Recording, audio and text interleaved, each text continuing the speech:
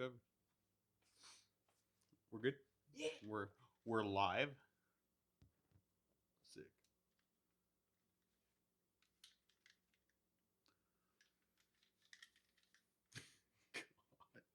God. Just sit down. It's not the same. It's not a. I'm not ready. Look. Then see, why'd you start no recording? I can't even hear. Oh. Turn your thing on. It is. Yeah, you're right. I know. Can you hear me now? Yeah. Good. What's up, everyone? This is BoomBox BreakDown. I'm Daemon. This is Tre, and we are here for episode 10. Yes. Look at us. Look at us. Fucking bitch. So last week I was like, we're still getting ramped up. We're still doing, still getting in the flow of things. And then the music industry was like, you don't know shit about fuck. And they were like, the 14th is National Deathcore Day. So let's fucking rage. Because holy fuck. They just told me to sit the fuck down. This fucking episode name is going to be long as fuck. We're going to just do acronyms. It's going to be a paragraph. Wow. You can't do acronyms on... Oh, yeah, I guess you could. Why not? You can't put periods? I was thinking. You're stupid. They're all one word. Oh. I was like, you can't have acronyms on one word. Yeah. Turns out you're just stupid. Hey, knock knock. Who's there? Fuck you. Oh. I said, who's there? What? I said knock knock, and then I was like, who's there? It's late. Tre worked today. I napped a lot today. I can't see what time it is because there's a tub of cheese balls in front of me. Those are my balls, by the way. Clock. He was looking between my legs. The tub of cheese balls. Hold on. It's 1:30 in the morning. It's 1:30, so it's not just late. It's tomorrow. Yeah.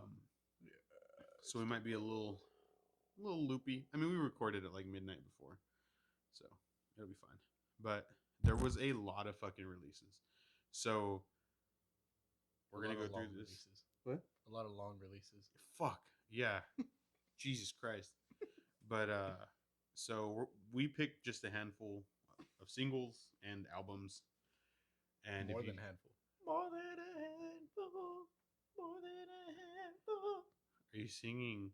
More than a feeling. What? That's what I was gonna say, but I was gonna botch those lyrics. You're gonna bunch them. I was gonna bunch.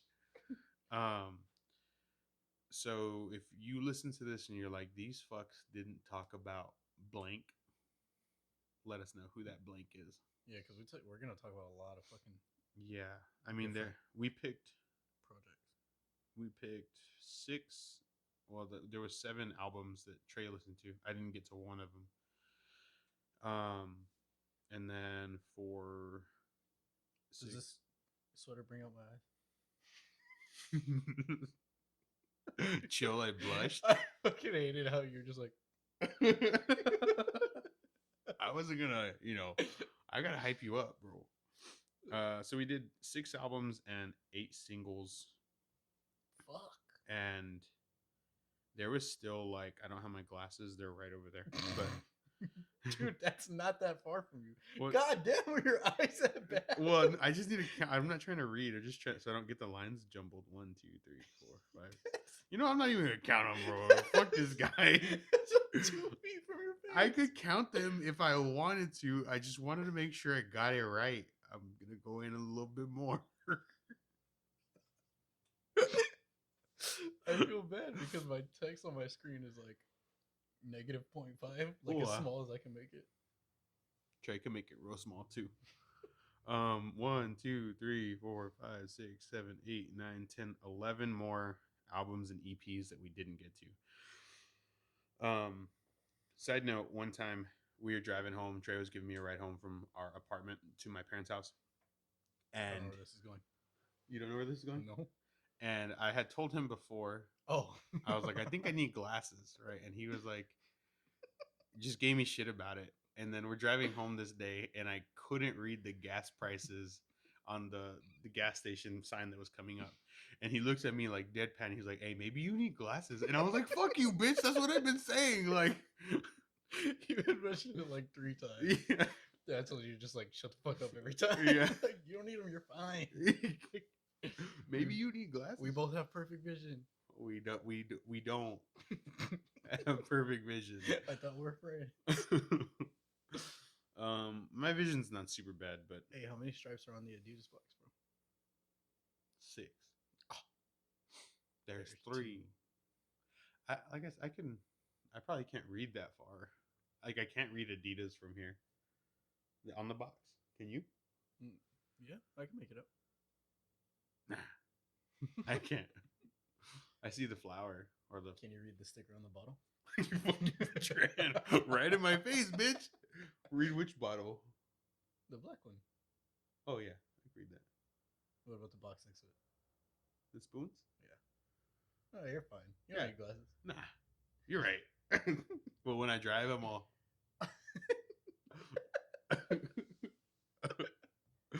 Anyway, all right. So we're just gonna get straight into the shits, all right?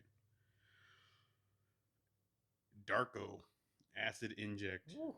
I was kind of scared when they said the title because Tom can be a little bit weird about vaccines. Mandates. Gotcha. Supposedly. Hopefully. I don't know. But fuck. It's just fucking hard. Bro. The video's fucking creepy. I didn't see the video. But there's that one part in the middle where they like almost like kill switch the audio. Oh yeah, it's like glitchy. Yeah, it's like Dude. And I was just like fucking Yeah. It was sick. It's very signature Darko sound. The same sound that they've had through their singles and their EP and the album. But it's fucking so cool. It's so groovy. It's so like I'm finding that like my favorite projects are headed up by drummers, which I mean makes perfect fucking sense. Yeah. But it's fucking hard.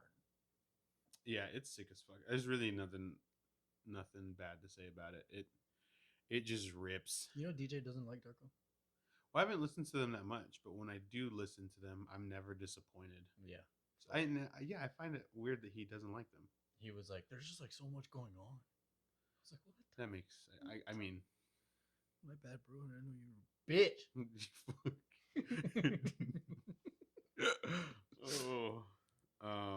Yeah, it's. I mean, are they planning on a release like an EP or anything? Do you know? I don't know. Have they said anything? I hope so. Because they released the album and then like 2 months later they were like, "Hey, new single."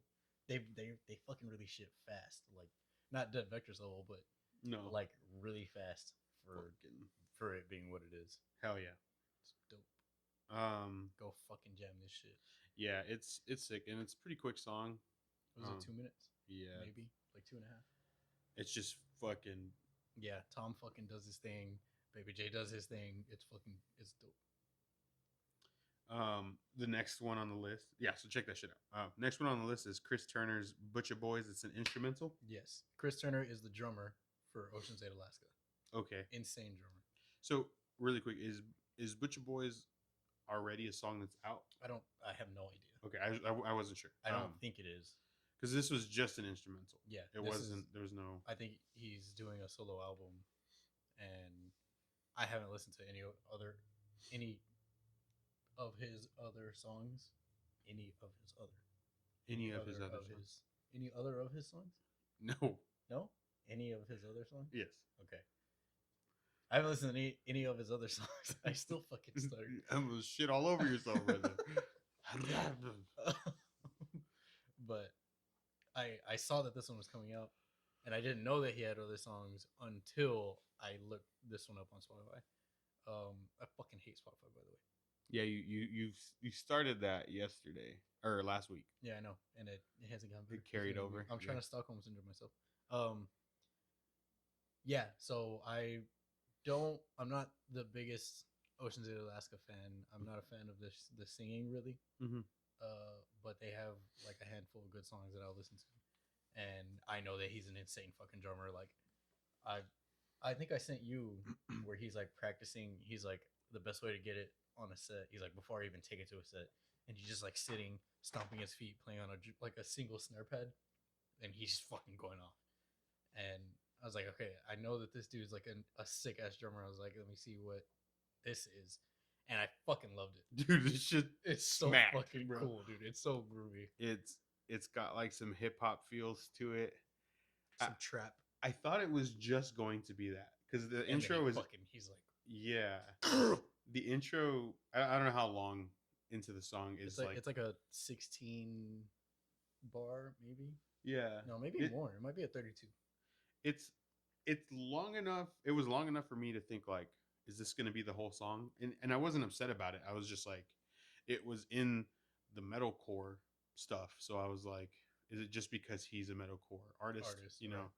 But yeah, and then it just fucking goes and it dings. It's fucking sick. It's like hearing music like from drummers' minds, like him and Anoop, like take Anoop. Don't say it. Like his stuff and Anoop Sastry and Baby J from Darko. Yes. Like it's like the rhythms and the grooves that they just throw everywhere throughout the song are fucking so cool to me. And then hearing like some melodies are like there's a lot of really cool like rhythm guitar riffs in all of their shit. You had a fucking hairball. God damn. And I really fucking like it. It's really cool. Like even like the little chorus or like the power chord shit he did at the end was fucking cool. Just the melody. Yeah, it was super fun. And this kind of got me thinking about like when we were talking about Diamond Construct and Eskimo Callboy. Like it kind of is in that same realm. Yeah, like it's like a fusion. Hit It Back, is that the name of the song? Yeah. That song's growing on me too. Like I just wasn't a fan of like the vocal style that they it's the best vocal style for that song, but I didn't love it. But that song is growing on me. But yeah, they're in the same vein. Yeah. Sick ass fucking song. Yeah. I'm definitely curious to see how the rest of it sounds because this was like a really weird taste. Like I just want to know if it's going to be more like this or if he's just kind of doing whatever came out, you know what I mean? Or if there's like a theme that he's going to kind of keep to. I have no idea. It was cool. I just know that he's a fucking insane drummer and I'm down to listen to whatever he puts out. Fuck yeah.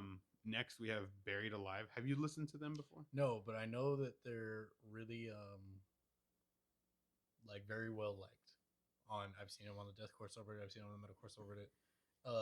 I don't know if it's one dude. I don't know if it's one dude, but if it is one dude, he has a section in Jared's Shred collab this year, and it literally it's like one dude playing a guitar and it says Berried Alive. So Berried like a berry, like a strawberry, like BERRIED alive. So this is my intro to them, and it was cool. It's not what I was expecting at all. Yeah, again, I was a fan. I thought of Linkin Park a lot. Like, there's something inside me that sits there like a lemon. Yes, I heard that shit. I'm trying to look them up to see if it's just one person, but I'm curious, like if that's, I guess as a single, this kind of did its job, because I am curious as to see like what else they do. Yeah, and I like want to go through and listen to their shit. And like their song titles were like all like fruits. Maybe not all of them. Are they? But like this song, that's funny. Maybe not all of them, but this song was what? Sit there like a lemon. Yeah. And the art for it was just this fucking like slumpy lemon. Right. And then let me see.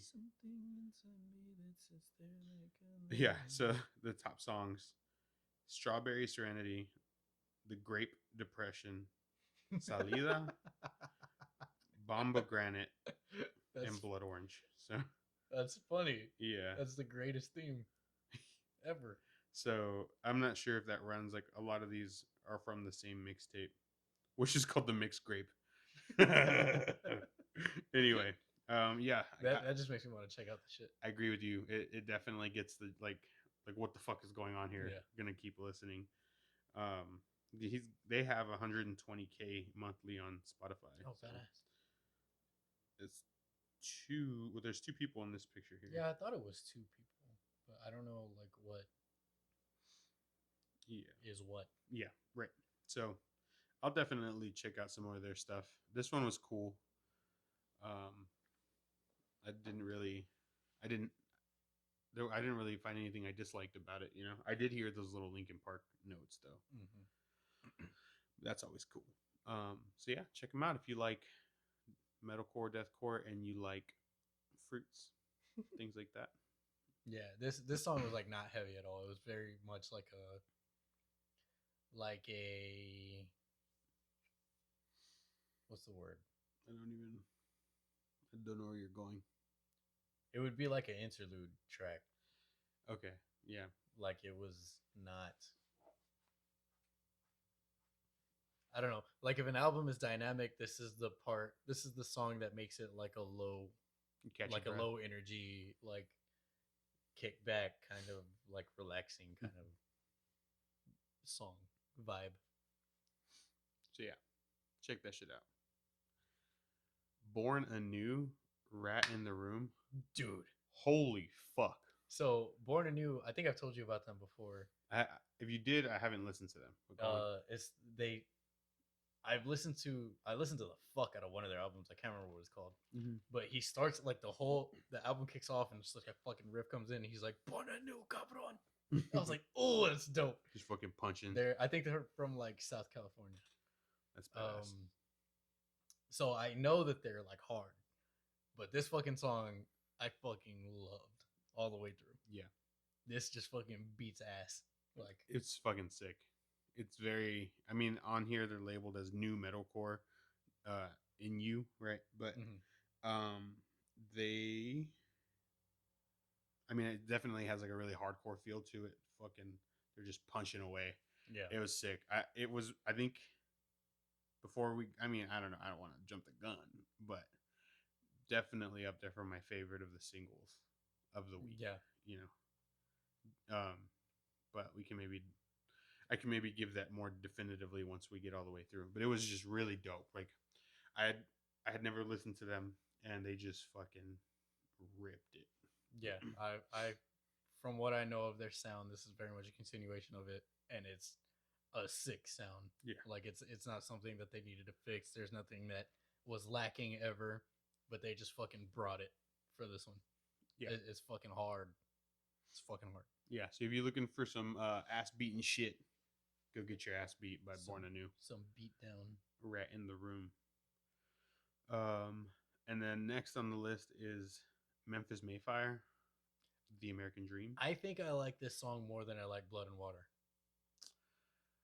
I don't know if I do. Only because this one felt like a cookie cutter Memphis Mayfire song. But from what era? Yeah, that's what it sells it for me. Yeah, like I said last time, I was like, I'm just glad that they're making music with riffs again, and then they come out with a pretty creative riff, in my opinion, and the chorus wasn't like it, like structure wise, yes, but melody wise and like riff wise, I think it was like Challenger level. I agree with that. I think I liked. I mean, fucking, what was the last one? Left Behind, or that one gets stuck in my head, dude. Blood and Water was still my favorite, but so I don't know. This one's, I guess, better than the rest of them. I don't know. That fucking, there's a breakdown in here that I was like, whoa, shit. Left Behind's breakdown though is my favorite one. Yeah, that fucking breakdown's hard. It's all do. That fucking shit gets me moving, bro. But yeah, so I agree with you. It is like a Challenger era release, and so it is strong in that sense. But I think when I was listening to it, I was like, this just feels like, and I mean, yeah, it just feels like they just pulled it out of their whole catalog and dropped it, like, which I'm fine with, honestly. Yeah, it's way better than fucking Somebody or whatever the fuck that other thing was. So it is Memphis Mayfire. Yeah, like, there's always people bitching about like the video because it's like, oh, here he is in a room full of TVs again. And I remember them saying, or I remember reading somewhere It probably might not even been them. Mm. But I read somewhere it's like it's either this or like a static image or like a visualizer with a line that like moves up and down with the music, and that's it. Yeah. I was like, this is fucking cool. Like, This is fucking cool. And like, way to save money. You know, yeah, you're. I fucking mean, knock all that shit out. You're saving so much time. Like, you don't got to do multiple video shoots. You just do it all at one day. yeah, it's I mean, especially like a lot of times their songs are kind of like how Trey was saying last week with um, Falling in Reverse. Like, there's some stuff that's very face value. Like, they're not doing these in-depth metaphoric lyrics or anything. Yeah. So they don't need to have an accompanying video that's like giving you a more in-depth story. Right. So they're just kind of like playing some jams, you know.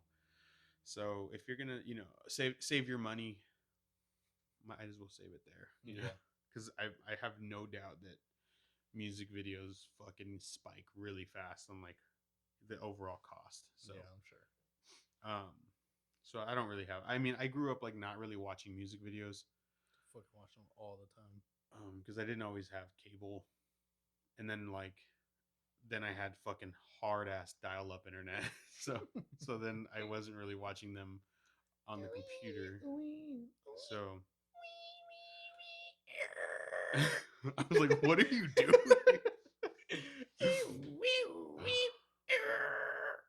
I hated that shit, bro. It was so rough. And then, yeah, so I don't put a lot of weight on the music video. A lot of times it doesn't make or break a song for me. It can definitely, like with Eskimo Callboy and shit like that. Like, yeah, those videos are great, but it's like, and that definitely made me like the band more. yeah, I've definitely seen the video more times than I've listened to the song. Interesting. Like for like those songs, those videos, right? Like just because of like the content in the video, like they're ridiculous. Yeah. They're funny. It's so a video can definitely make the song, but it won't break it. If that makes sense to me. Okay. To me. Yeah, I think that's fair. Because I definitely just contradicted myself when saying that like it made me like them more. Yeah. Yeah. If it's a bad video, I just won't watch it. Yeah. But if it's a cool video or a funny video or a good video, it's definitely like gets that bug, and I guess I don't think that makes sense, but it makes the song be the bug in your ear where you're like, oh, this song has this video, I gotta show my friend this video. Yeah, like for sure. So I guess through word of mouth that song could spread and get bigger, and then you want to see people like. I can definitely fall into like a rabbit hole of Eskimo Cowboy reactions on YouTube. 100%. Yeah, I've been doing that recently. Yeah, so it's like, I know this video is ridiculous. I know the song is really good. I want to see what people are saying about it. Yeah. And then you just like want to watch the video. You watch the video like 4 times in a row because you watch 4 different videos of people watching it. Yeah. Yeah, I did that shit a lot. So a good video can definitely make a song. For sure. And then next is Korn, Forgotten. This sounds like Jonathan Davis and Benjamin Burnley are like hanging out a lot. Yeah. This is not what I was expecting. But I haven't listened to Korn in forever. Yeah. So I don't know if they've like been going down this road or not. I mean, yes and no. I was also surprised they haven't already had a song named Forgotten. That's true. Maybe they do. No. I don't know.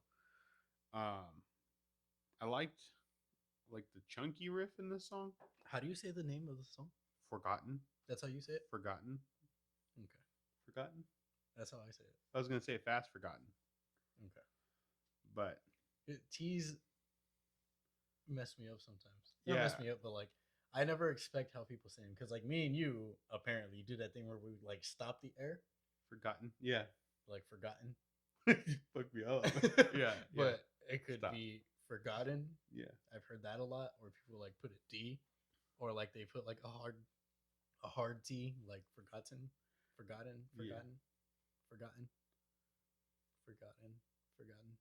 Yeah. No, I know exactly what you mean. Forgotten. Because like sometimes at work I have to make announcements, and there's words that like the T is right there, you know, and it's like, do I do I say it like the D? Do I say it with like the stoppage like that? So if I was gonna announce it, Forgotten has more of like a professional sound, right? Like it sounds more There's more proper. diction. Yeah, Forgotten. But if I'm doing an announcement, I'm like blah blah blah blah blah blah Forgotten. Like it's just gonna roll out like that. Okay.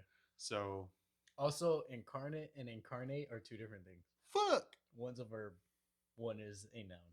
And so what is the Like he is a demon incarnate versus that's a noun? yes. Okay. Versus To to incarnate. incarnate. Yeah. So what is the Killswitch album? Beats the fuck out of me. It could be both. ¿Por qué no los dos? Fuck. God damn it, Killswitch. Okay, my bad. No, Korn. you're good. I liked the chunky riff, but the rest of the music kind of. I love Korn. I really do though. I mean, I grew up on probably We one all of did. Fuck. yeah. I remember like in junior high, I was listening to Life is Peachy like way too much and way too young. Probably it's one of their like. I mean, their first 3 albums are all pretty dark, but Raw. Life is Peachy is fucking dark. But definitely their first album and their third album probably get the most love out of those 3. And so then obviously I was listening to those 2.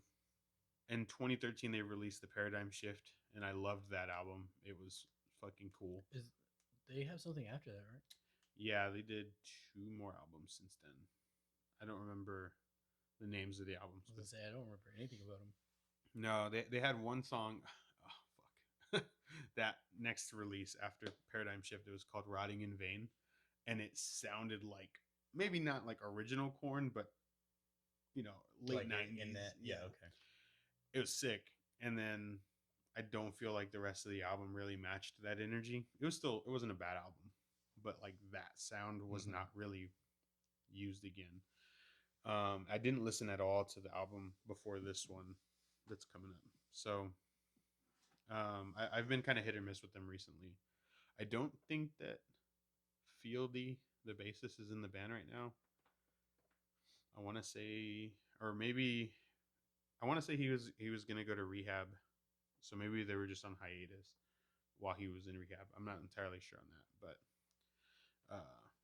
I mean that obviously would change the feel if he's not there to do some of these songs. So yeah. Anyway, it was okay. I mean, it is more par for the course of what they've been doing the last 5 or 6 years. Um, it's modern Korn, I guess. So if you've been enjoying Korn recently, I think that this is still a good song to listen to. If you're fiending for them to kind of go back to an older sound, you will love parts of the song, but you won't love the whole song. Yeah, so it's all right. It's definitely mainstream. Yeah, I don't know that it's single material to me. Yeah, no, I agree. It was a tough one. Like I said, I want to love everything that they release, and there's a lot of hits and misses with them for me. So yeah, maybe check that one out lightly. Don't go into it super excited. It's kind of like I don't know, when you're not sure if you're gonna like a movie, you just lower your expectations, and then if you enjoy it, you enjoy it. Yeah. Same thing here. Just show up and have a good time, bro. Just vibe. All right. So Landmvrks released Death, featuring Drew York, who has been busy with features. Yeah. Like, is this the third time or the second? I think it's second. I really, really like Landmvrks. I discovered them with, I think the album's called Fantasy. Mm-hmm. Fucking great album. Love the last album too. Can't remember the name of it. They do a really good fusion of like, oh, I sent you that song where he just fucking like is just ripping. Yeah. So they do like a really good fusion of like trap and hip hop with the metal sound, and they're super versatile. Like there's another song where it's like super soft and like kind of R&B and then it just fucking like this, the switch just flips, and then it's fucking hard. I think it's called Visage. He's like rapping in French in the beginning. It's pretty fucking cool. That is dope. And so I like not expect like I know that whatever they put on, I'm gonna like. Put it that way. I really like this song. I don't like the feature that much in the beginning of the song, like the first half of the song, but then like it fucking completely like flips for me at the end. In the beginning, he sounds like Kid Rock. Yeah, there's like, not a. I don't know if it's that there's not a lot of like music support on certain parts of his vocals at the beginning, so it's just kind of him like shrieking. yeah. So I mean, some of it is cool though, like with especially like with Drew York's fucking vocals. But whenever Drew York does his like rap thing, he reminds me of fucking Kid Rock. yeah, dude. Want a Whamburger and some French fries? uh, so I also really like the way they use his feature. Like it's not even like really a feature; it's like them with him. Yeah, it's versus a full on, like just a verse or something. like okay, I'm doing this whole part, and then you can have these 16 bars, and then the rest of the song is like that's your feature. Yeah. Versus he's like throughout, like through the whole song through and through. Mm-hmm. I really like whenever bands do shit like that. Yeah, it's a little bit more immersive writing. Like, yeah, and I always wondered that, like, and not just with metal or anything, but just in general with features, how the band it's it's their song. Do they write the lyrics?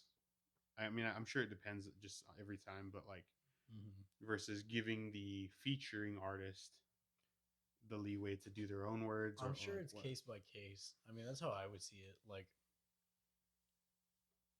I'm sure there's certain parts where it's like, oh, it would be sick if Courtney did this part, and then they have like everything written out, and it's like, would you like to do these 16 versus like, hey, let's make a fucking song together. Yeah. So Yeah, it's pretty sick. I got Linkin Park vibes on this one too, but it was only with their vocals, not the music, because the music was actually a little more metal to me. Like it was, it was just more on that end. But I don't know what it was that made me think of Linkin Park. I didn't get that at all. I think that sometimes the vocalist for Landmvrks scream reminded me of Chester, like just his scream, just in general. But I don't know, like there wasn't like a particular spot. It was just like I was getting this weird, just in general. Yeah, this vibe. So it was cool. I dug it. I did feel a little weird about Drew's vocals at the beginning, but yeah. But honestly, like after that, like his first few little bars afterwards, it's fucking cool. Yeah, I think I listened to this one like 4 or 5 times. Just I do wish the like breakdown at the end was more of a breakdown. Yeah, because it's just kind of like the same riff in the beginning, just a little bit slower. There's a part in the middle of the song where they do like the rhythm in the beginning, but they like break it down, and it's like chugs, whatever. Yeah. I wish they did that at the end. Yeah, that would have been sick. So the ending breakdown kind of didn't hit for me as hard as I wanted it to. Yeah, I get that. All right. Yeah. So I mean, if you also have been listening to Landmvrks, this song fucking you'll like the song. It's a cool song in general. So if you're just looking for something new, both of their vocals are relatively high, like at bass. So, I mean, if you're looking for more lows and stuff like that, it might not be the song. But it's a sick song. And then the last single that we have is Envisions Deadlock. This one kind of like came and went for me. Same. Yeah. I really like the last one. I think this one was more to like, for lack of a better term, stay relevant. Like let's throw another one out to get on more like new metal lists or whatever. Yeah. I mean I did not like it. It was not a bad song at all. Yeah. But I didn't get like a lot of their signature shit in it. It wasn't like super bouncy. The vocalist didn't do his thing where he fucking goes off. Which I Yeah. mean, you're not expecting that every fucking song, but I mean, it wasn't a bad song. Yeah, It's just like if I was showing somebody Envisions, it's like not this song. not this track. Yeah, and that's it. Like, this is my first time listening to them, and I got the same feel. Like, it wasn't bad, and in a way, it kind of hooked me because I do want to know what else they sound like. Fuck, But they fucking go off sometimes. like, yeah, this is just kind of like it kind of missed me. And like, I know you talked about it last week, and we've talked about it before, but bands saying like nowadays with streaming, you do want to have more singles before the album drops to keep your band's name like in the mix and the algorithms and in the playlists. And it's kind of a bummer for me sometimes. Like, I do this thing where like if I know that I'm gonna check out the album, like if it's a band that I love, I'm just not gonna listen to the singles. see, that's a good move because, like, what I was gonna say is then I think like when we're going to talk about Fit for an Autopsy later, I think they released 5 songs, and it was like 11 or 12 tracks total. So you come into this album already having listened to half of the album. Yeah. So then it's like you get an EP's worth of unheard tracks. So I'm just like, yeah, no, I'm just gonna not listen until release day. Right. So, which also sucks because you want your band to get plays, right? Those bands that you're looking out for, and you want their singles to get plays. Um, but it's kind of like not watching the trailers to the movies you really want to see. Like, it just sucks because, like, you end up kind of oversharing, and then the whole album maybe loses some of its luster. But anyway, uh, yeah. So I guess we can get into the albums now. The first one we have is Pridelands. Pridelands? Pridelands? Pridelands. I really liked it. Light Bends is the name of the album. They are from Melbourne, Australia. Oh, okay, makes sense. And I don't know if I had any more notes for them about just in general, but I really liked this album. It's super dynamic. mm-hmm. Like there's parts where they fucking throw it down, and there's parts where they fucking bring it way back. There's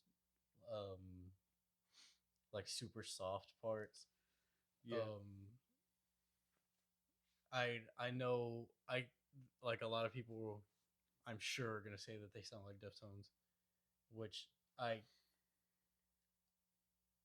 see why, but I don't necessarily agree.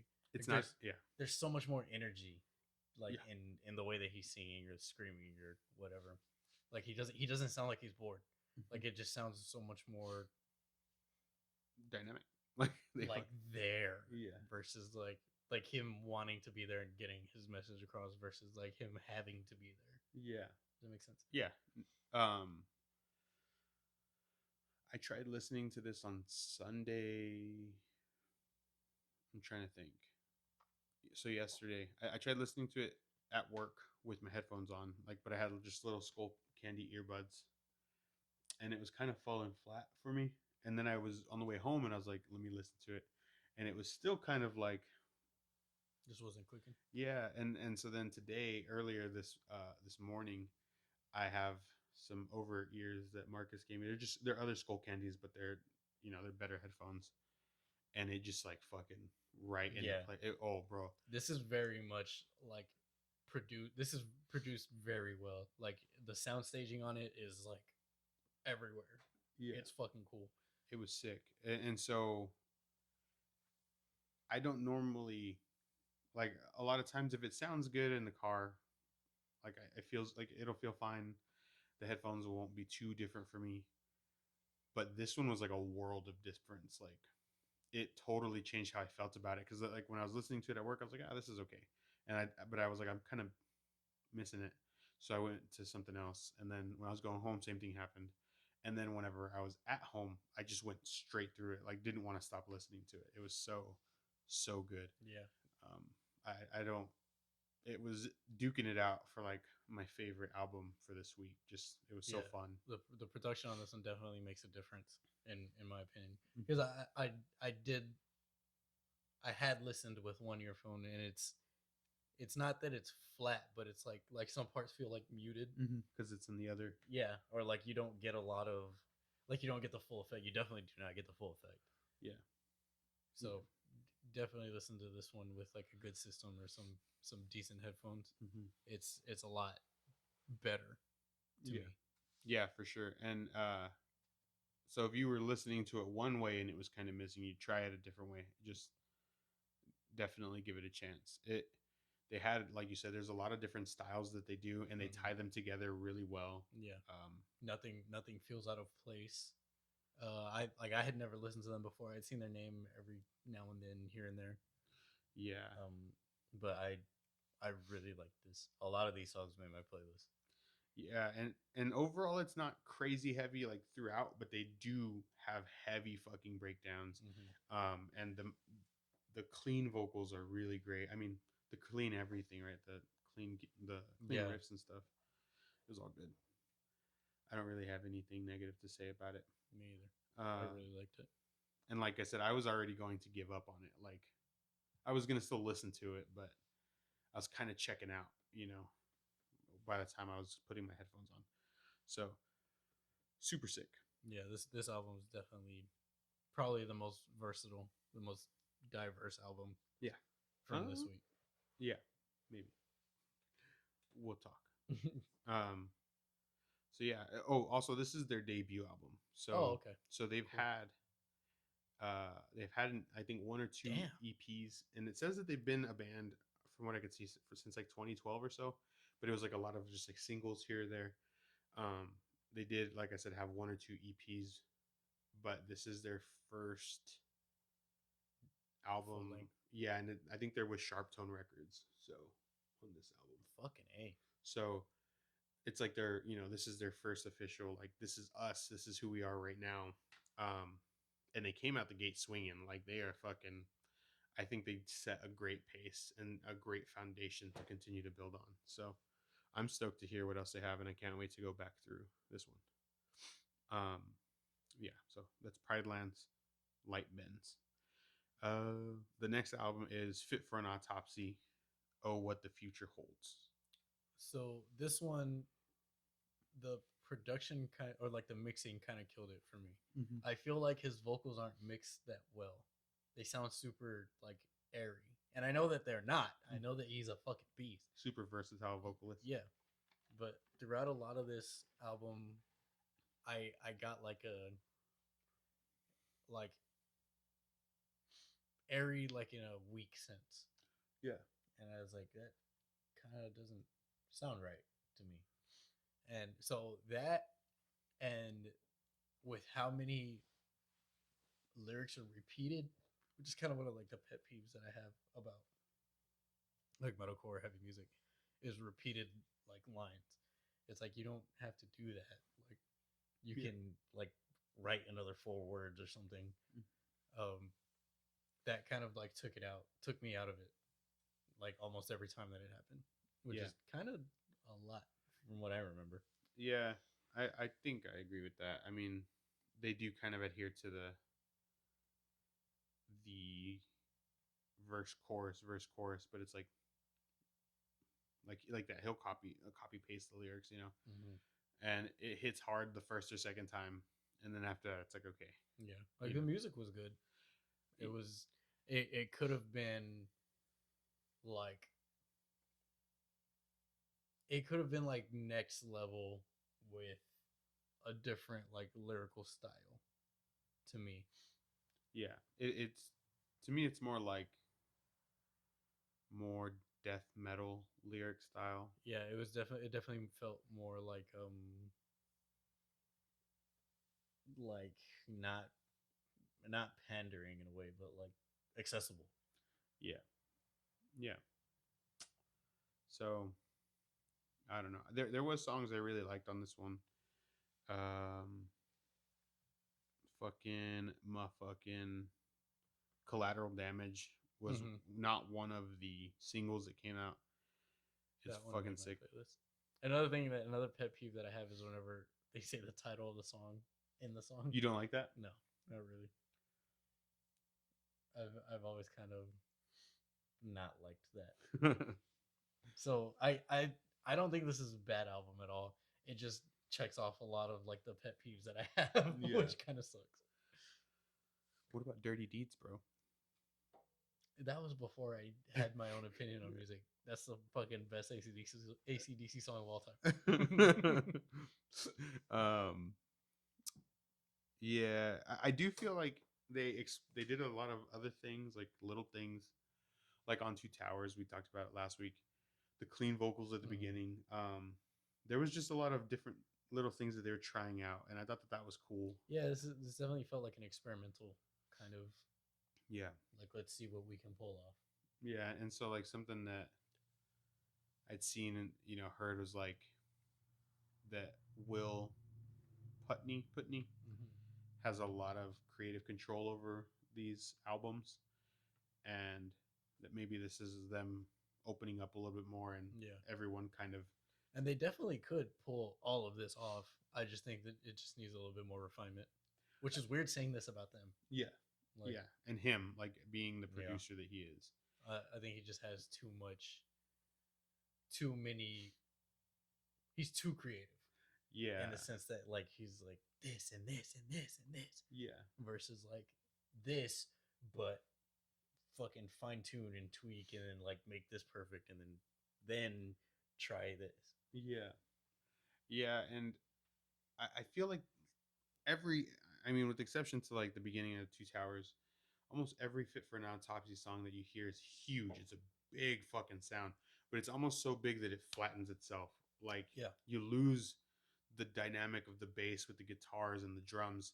Like everything is so fucking big. It's and just the vocals sound airy. Yeah, and so then it's just like it goes from being a big ball of sound to almost just like a flat circle, And it sucks because I love some of their riffs and their breakdowns and stuff, but I do get kind of like wanting a little bit more in certain spots. Yeah. But I mean, this is like I said, it's cool that they were trying out different stuff. I think that that's good for them to.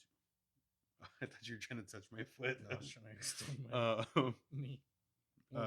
Put these, bro. I'll fuck you up right now. What?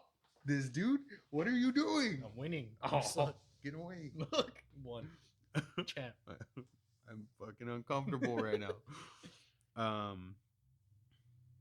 Yeah, that's all that I can really say. If you've liked Fit for an Autopsy, I don't think it'll let you down. Maybe you won't love the whole album, but I did another one of those where I put the lick in there. You don't remember it? And I can't remember it. So I put love. What? Like make a recording of me doing it. Yeah. I put so it's talking about Collateral Damage. It's like love the guitars as the counter melody on the back end of the song. I know what part of the song I'm talking about, but then it says, "Do we do woo? Do we do woo? Do we, as a nation, do woo?"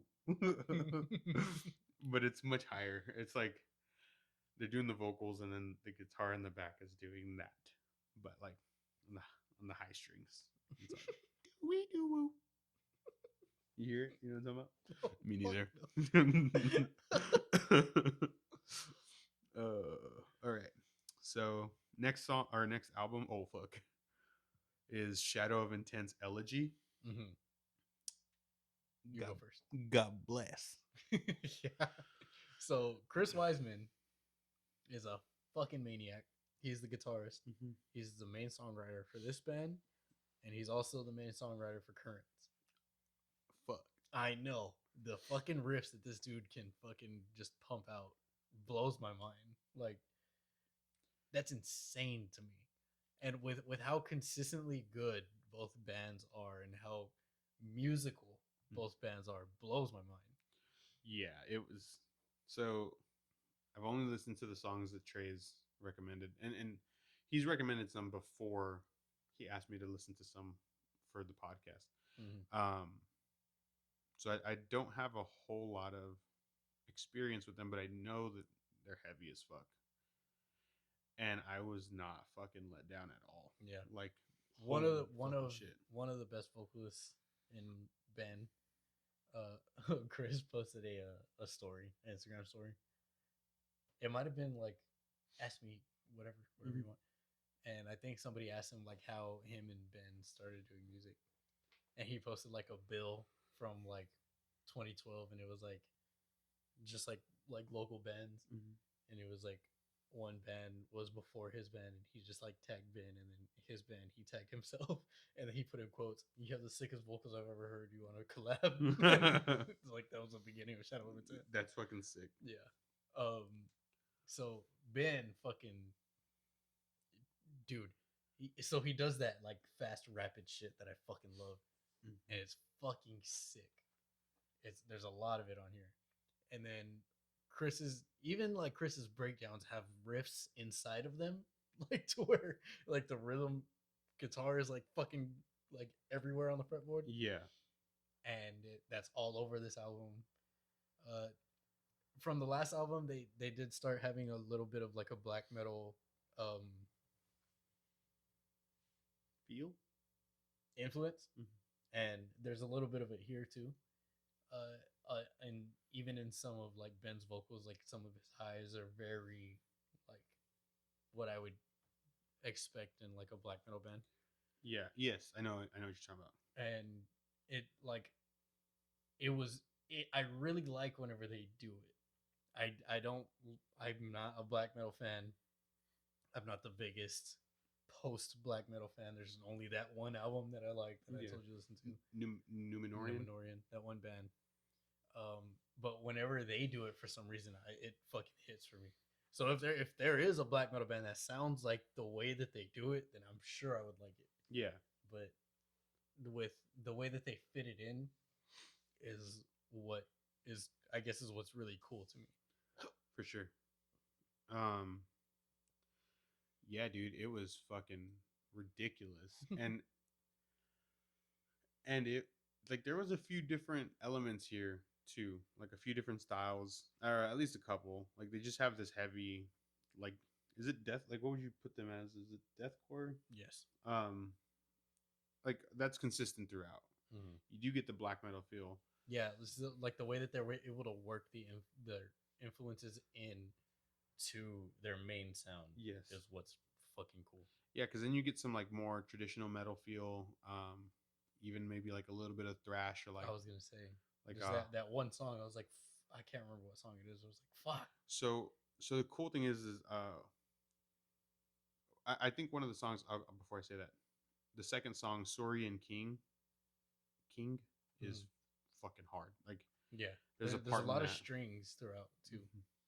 A lot of like orchestral, fucking epic sounding. Yes, for sure. And so I mean, you talked about it before that they started out as like a Halo themed like Mm-hmm. band. Which to me, it's like that's obviously where they got their orchestral or Yes, like string. and Um, influence. I don't want to say influence. Like they're Influence. where like the reason why they wanted to start putting strings is because of how prevalent it is throughout the Halo songs. Yes, and so I don't know how often they still do Halo influence stuff. They basically said the third album it wasn't gonna be Halo focused, Okay. and I think since then, Yeah. Okay. But that was the first thing that I thought of. Like with that in mind, like you still get that little bit of Halo feel mm-hmm. to it. Like even though it's not inherently about Halo, that is still sitting there in their like armory and their repertoire. Um, and then where millions have come to die, they have a feature from Phil Bozeman. Dude, Fucking shit's sick. fuck. Um, Like they do the thing where they repeat the song title, Mm. and I'm like, yo, this is hard. yeah, Like, it fucking is. like it definitely just has to be done right for me. And especially that line where millions have come to die, like that's hard as fuck. You know what I mean? And it's talking about like a battle. Again, it's epic. And that's like kind of where it comes to a head. You get Ben and Phil on the same track, and it's fucking nuts. It's dope. And then 2 tracks later, you get Blood in the Sands of Time, and you get a feature from Chuck Billy, who is the vocalist for Testament. That was and pretty cool. Dude, it was sick because he had like a hardcore, like the way that he chose or that they maybe directed, however that went about, it feels more like a hardcore vocal, and it's fucking perfect as like an accent to everything else that they're doing in the track. So It's a really cool contrast. yeah, so I dug that a lot. And then the album is called Elegy. Oh, and they end it with a 3-part. Elegy, yeah. Elegy 1, Adapt, and then 2 is Devise, and then Overcome. And it's so seamless, Dude. And it's fucking like this could have been an EP. What isn't it like 15 minutes for the last 3 songs or something? Am I how my shit turned out? Let me see. So the first one is only 2.5 minutes, and then the second one is 4.5. So 6. And then the third one is 7. 6 minutes. So 13 minutes. Yeah. And it's seamless. Like obviously that was their intent, right? But it's so fucking cool. It was just a really cool thing to do. That was their what? Intent. Fuck. I was gonna say seamless. It was their seamless. Yeah, dude. It was just a really fun album. This is one of those where you could show this as their introduction, because it is kind of my introduction in a way, like my first time going through a whole album. And I actually did recommend this album to one of my coworkers, and I recommended this one and then Colossal by Dead Vectors, and it's like I don't think you could go wrong with either of those. Yeah, and this one is super creative. Yeah, it's fucking cool. It's really fucking good. So, Shadow of Intent, Elegy, hit that shit up. Give it a spin. A shiggity shiggity spin. Spin. What do we got next? Next, oh fuck, is Enterprise Earth, The Chosen. Fuck. Okay. So just really quickly, I first listened to Fit for an Autopsy. That was the first thing that I listened to. Went all the way through it. I was like, okay, that was cool. I started the Pridelands. It was, like I said, it was falling flat for me. So then I went to Elegy, and I was like, fuck, this thing's an hour long. I was like, Jesus fucking Christ. And then earlier today, after I finished Pridelands, I went to Enterprise Earth, and that bitch is an hour and 7 minutes long. I was like, Jesus fuck, these guys, like, yeah, it's crazy. So they are stupid long, which is just, I mean, it's almost more to how shit used to be, right? Like longer winded songs, like 4 to 6 minute songs. Whereas, in the last 5 to 6 years, it's been more popular to write a hard song that's like 2.5 to 3.5 minutes. And then all the prog fans are calling you a bitch right now. Yeah, for sure, right? But like, this was just so long winded, and I mean, nothing wrong with that. I mean, I came up on Metallica, right, where you get 8 songs and it's 55 minutes or some shit. But it was just, I wasn't prepared for that, and so it was crazy. So I also listened to it like that, kind of like Shadow Intent and then Enterprise. Yeah. So you go from Shadow Intent, Pridelands, even having like these dynamic albums with all these different like sounds and styles. Yeah, styles. And then Enterprise Earth just fucking whoops your ass, like throws you in a fucking cement room and just whoops your ass for an hour. Hell yeah. I really started listening, like I had listened to like a few songs here and there forever ago. And then with their last album, Luciferus, I really like got into them. Went to see them whenever they had I can't remember his name. He was a really skinny dude, like subbing on vocals. And then like I really liked that album. And then this one comes out, and some of the cleans kind of throw me off sometimes. Like I think this is the first time that they've done singing. Was where what is it when dreams are broken? Is that what it's called? Let me bring it up. We keep going. But that was like their lead single. I think I might be lying, but that was the first single I heard off this album. And where dreams are broken. Okay, so it kind of really threw me off whenever he started singing in that chorus. But it kind of grew on me. Mhm. I'm still not like particularly like, oh, I really like the way it sounds, but it doesn't really stand out to me as much anymore. That makes sense. Like Yeah. it fits in the context of the song, which is weird, kind of weird to me because it's completely opposite of everything that I know about them. Yeah. But I guess because they fucking whoop your ass the whole time, it's like, okay, here's a little bit of a break. Like, Yeah. I mean, even even though this is very much like they don't really let the foot off the gas. There's one part where they do because there's a song that starts with an acoustic guitar and it's almost like a classical guitar sound, which is really cool. But they're and then it doing fucking they're fucking deathcoring it up, and then you almost ripped your shit out of the fucking end. But you still get some really cool thrash feels. Like there's some cool like metal, like 80s metal riffs in there that I really liked. And the clean singing I noted as well. There's a scream that he does in the first song. It's like the chorus of the first song. It's a high scream, and I didn't love that. That one was like, I don't know. I don't know if it was just a little too grating for my ears, but it was it was sick. And it has like there's like a Slipknot riff at the beginning of that song, the first song. Um, it was my first time listening to them again. the first time I listened to Where Dreams Are Broken really threw me off because I was not expecting any of those sounds. Yeah, Like I just thought they were gonna fucking come in super fucking heavy. Like yeah, and so there is a lot of parts that are more that are less deathcore, but there is just as much deathcore in the album. It's not like they've like chose not to do it so yeah, much. It's still heavy as fuck. And that was going to be one of my questions is like if which one do you think that this is heavier just like than Elegy? Are they tied for heaviness? And I think they're different kinds. yeah, Like Elegy is definitely more of a like Elegy is definitely more whole, mm-hmm.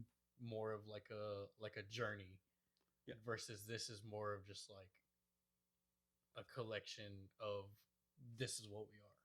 yeah, Versus Elegy being like, okay, we're gonna go through here, and then we're gonna go through here, and then we're gonna lead you through here. mm-hmm. We're gonna lead you through here, and I don't think I think because of that, they're not the same kind of heavy.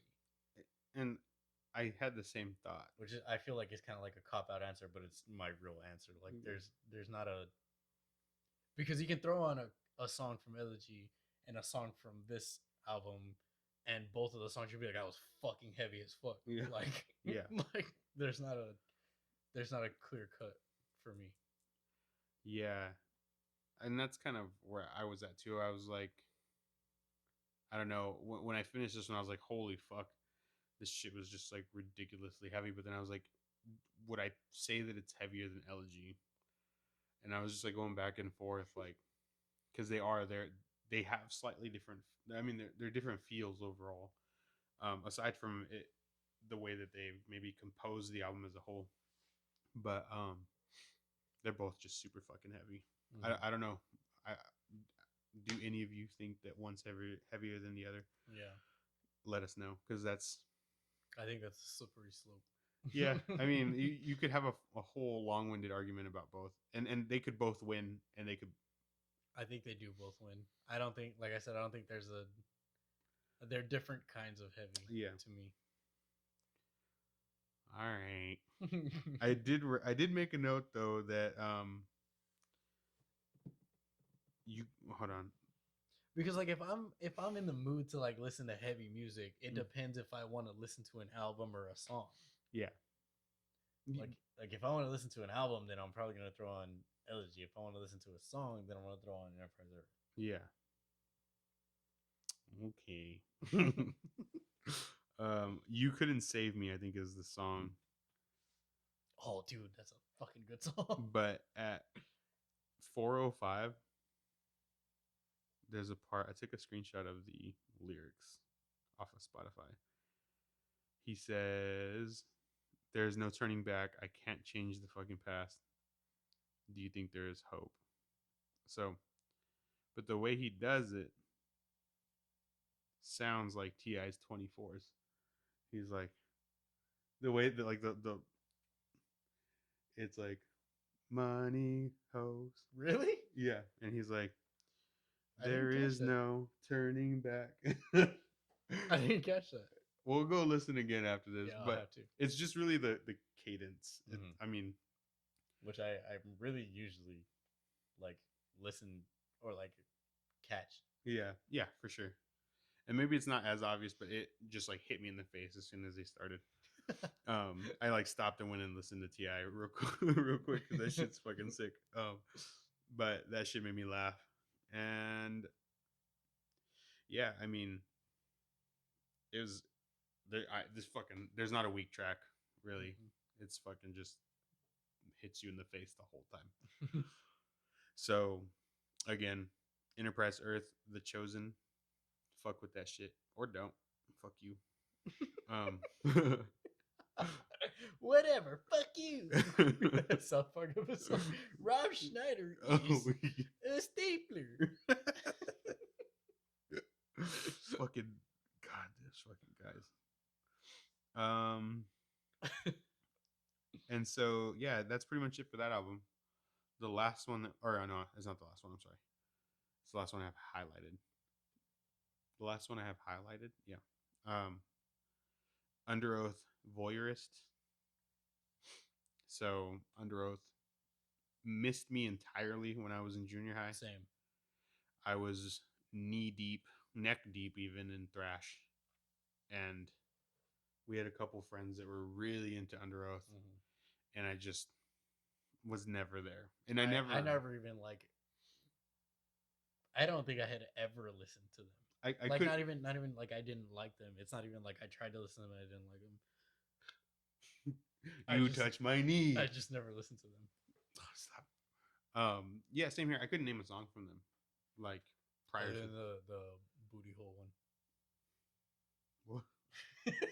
What? What? Booty hole? Yeah. What are you talking about? I don't know. He just yelled, "Show me your booty hole." Oh, that's cool.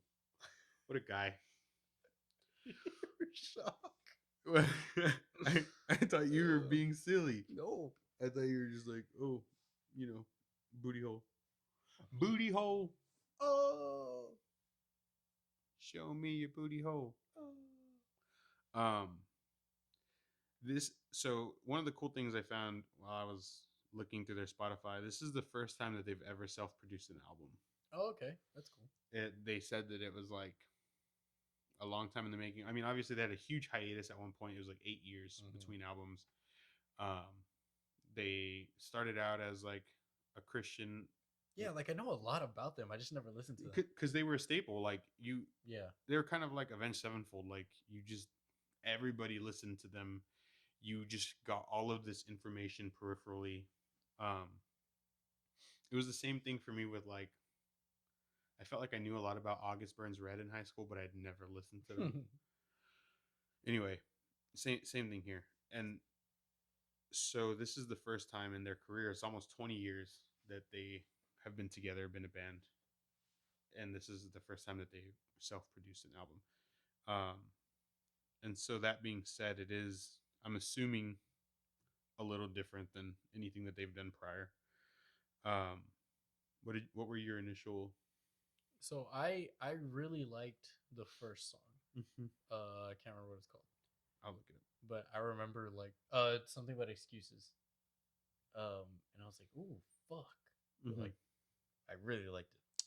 Damn Excuses. Yes. It was one of their singles as well. Okay. And then I think that's a good single. That's a good song to have as a single, in my opinion. The second song with the one with the kids, kind of like I didn't like it first, but it kind of like grew on me towards like halfway through the song, where they, the kids. Yeah, there's like the kids aren't like all right. Children choir. Was it Hallelujah, the second song? I think so. It kind of, so if it is that song, this song reminded me of Zombified because it had kind of like that kind of I'm sorry. Zombified is a really good song. It's cool as fuck. I went back and listened. I've listened to it a few times. Oh, because he says, "Cut the lights, face yourself. We're not dreaming. This is hell." Yes, But it yeah. it kind of has like that, like, I don't know. Like, Yeah, it's a children's choir. yeah, but when he's also saying it, it has this certain like blocky. Okay. I don't know how you say it. Anyway, so you didn't love that song? I didn't at first, but Mhm. like halfway through the song, I was like, Oh, "What?" keep talking. Go finish. I'll say what I was gonna say after. So halfway through that song, I really started to like feel it. And I was like, okay, I'm cool. fucking feeling this one, dude. I was like, okay, like I even remember like catching myself like I didn't like this at first, but I do like this. And I think it doesn't hit for me until like halfway through the song. Cuz like even now if I go turn it on, like I'm like immediately turned off by that. Yeah. That choir, that chorus, whatever. What are you gonna say? No, I was just going to say that Enterprise Earth has a Matt Honeycutt feature in it. Really? An Overpass. I think I was gonna make sure that was the name of the song, but he's not in the credits. That's cool. But it's fucking Matt Honeycutt, and it fucking rips. It goes. I need to go back and listen. There's like a break, and then it's him, and it goes straight into a breakdown. That's it's hard. Fucking sick. I don't know why it's not credited. I don't know why it does that sometimes. Yeah, I mean, I don't know if it's just like a surprise feature or what. Yeah, cool. Yeah. I mean, because it's like it kind of he got a couple bars in, and I was like, wait a minute, it went back, and it's like it's him immediately. He's one of those that has very distinct. Yeah, vocals. And so I'm just trying to verify the fucking name of the song, but yeah. So I meant to say that earlier because like in the Shadow of Intent, you have the Phil Bozeman and Chuck Billy features. In this one, in Enterprise Earth, you have it's called Overpass. There's the Matt Honeycutt, and then in UnderOath, there's a Ghost Main feature. Oh yeah. Which I don't really know a whole lot about him, but I feel like you've told me about him. Yeah, he raps like Busy Bone, which is cool. Yeah, and then he fucking like, dude. There's a song on. Is it like a 3-song EP that I listened to? Look up Ghost Main real quick. Okay. There's a 3-song EP that I listened to by him, and the first song has a sick fucking like breakdown in it. 3-song EP. Go. It was. Oh fuck. You got a lot of shit. I know. Go back to like the 2020 ones. So this is just hit. Maybe it's Human Error. Hit Human Error. No, fuck. I don't know what fucking song it is, but he fucking like yells like, "Who the fuck you talking to?" And then it goes into a fucking breakdown. It's hard. I was like, "Oh." I'll fucking play it after this. Anyway. Yeah. Sorry. So, no. Yeah. I was UnderOath. So I kind of feel like that this album is like a teacher becomes a student kind of thing, because obviously them being like established, and like for lack of a better word, like one of the pioneers. I feel like there's a lot of sounds in here that were developed way after them that are present in this album. I also feel like a couple of their songs sound like Lost Prophets, which I really like because it's really hard to listen to Lost Prophets now because they're fucking. Do you know anything about? No. Vocals is a fucking sick fuck, and he's in prison for like 40 years. Oh fuck. For like things with babies. Oh, like, dude, it's hard to listen to. Like, Start Something is one of my favorite albums of all time. I really fucking like that album, but it's so hard to listen to it now. So like every so often I can like give it a playthrough, and I'm like, okay. But I can't do it like as much as I want to. I don't fuck with them, so I just won't fuck with them. But but I feel like some of that sound is also in here, Mm-hmm. which I obviously, as I just said, I really enjoyed. But I feel like there's a lot of sounds that are present now in the scene that they kind of took and wrote with and like did their like built songs around. Like I feel there's a lot of not a lot of different sounds, but a lot of like ticket items Yeah, in here, if that makes sense. I get you. Like popular. It not it's not tropey because they're not just like it's not like super cliche or anything, but it's like, oh, this kind of sounds like this, or this kind of sounds like this, or this section kind of sounds like this. Yeah, it was cool. I mean, I liked it. yeah, like I said, I didn't have any. I could never name an UnderOath song. I don't know if, like going back to kind of how we were comparing the other stuff. I don't know if this is an album you show somebody if you're trying to introduce them to UnderOath, but at the same time, it is like it is its own thing. Like it, it was just a fun thing to listen to. Like My favorite song in the album is that like 7 or 8 minute song that's like all soft. soft. Yeah, Let me see. like me. Oh, the pneumonia is the last song, and it's 7 minutes. To then that one. I'm checking. Yeah, I think that's the one. Yeah, I really like that song. I think that was the note that I made that it kind of took. Oh, hold on. Yeah, that was it. Mm-hmm. So And Buzzy. I forgot you were drinking. He always gets real slutty when he You're drinks. gonna yell at me? No, I'm not gonna. I'm just gonna leave. You're gonna call me out like I'm that? just gonna leave because you're. Why did you have to say it like a fucking mess? Look at your stupid face. um, I'm trying to see what I didn't get to like take any notes with Shadow of Intent because I was listening at work and then when I was driving. But UnderOath. take notes while you're driving, pussy? Oh wow. Oh wow. First time. Yeah, I already said that. Yeah, it was Pneumonia, and then what was the other song? Oh, yeah, Hallelujah reminds me of Zombified. We're All Gonna Die, as I said, is my top track. That's yeah, like there's an odd I didn't I would not say that this is my favorite album this week at all. Yeah. But I really like some of the songs on here. Yeah. Like I really like Pneumonia. I really like We're All Gonna Die, and I really like Damn Excuses. Mm-hmm. Yeah, it's just easy to listen to. It's kind of like I don't know. You can just throw it on. You don't have to get heavily invested. As you go in and out, there's like cool things. You're always gonna catch like a riff or something that you're gonna enjoy. They in their little Spotify like bio, they said something about like not many bands can say that their best content is yet to come, especially not a band that's already been going for 20 years. And I was like, that's kind of a hot take because like because this is one of those albums where you could definitely they could build an entirely like new portion of their discography based on how they stem from this album, but they could also just fucking like you know. I was not expecting the fart. It's just one of those like it could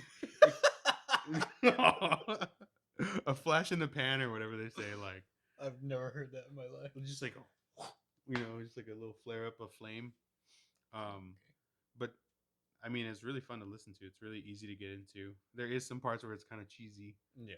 But I didn't go into this expecting to like it very much, just because like they fucking never have made it into my. What the fuck are you doing over there? I'll play with my aglets. Excuse super me. Premium. Are they metal? Yeah. Are they? Yeah. Let me have a click. Stop. So yeah, it was really fun. There is like some cheesy and sometimes it maybe is a little tropey, but it's nothing bad. So yeah, I mean, Under Oath, the voyeur, or I think it's just called voyeurist. Mhm. I'm actually curious to know what Under Oath fans think of this, Yeah, me too. just to see like Let's ask Juan. stupid. No, what's up, Juan? We love you. That's I'm just curious to see like if they don't like it, or if it was done in a way that even though it's maybe not traditional Under Oath, that it's still like appealing. Or is it traditional under oath? Or yeah, I mean, I just assumed it was pretty different just because Because you're stupid. I'm stupid. Don't assume. You make an ass out of you and me. um, just Doesn't even because make like sense. they're taking their fate into their own hands. Like I don't know. I really like. Honestly, my favorite song that I've ever heard Spencer on is the fucking You're a broken hero. no Oh. Silent Planet, Psychscape. Oh, okay. I fucking love that shit. You know those the You're a broken No. hero. the felt emo might delete. Yes. He made like an actual band Oh, called You're a Broken Hero. oh fuck. And And Spencer features? Yeah. That's hard. It's pretty I'll have cool. to check it out. I didn't know that. There's a at What- the end of the video. That Matt guy? Yeah. Cutshaw or At the end of one of the videos. Fuck, I can't remember. The vocalist for like an emo band walks in. mm-hmm. I cannot remember what band it is.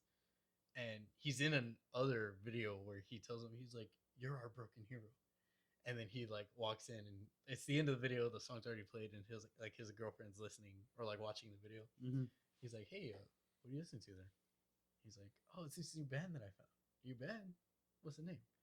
"You're a broken hero." And he's just like, and then he like walks away.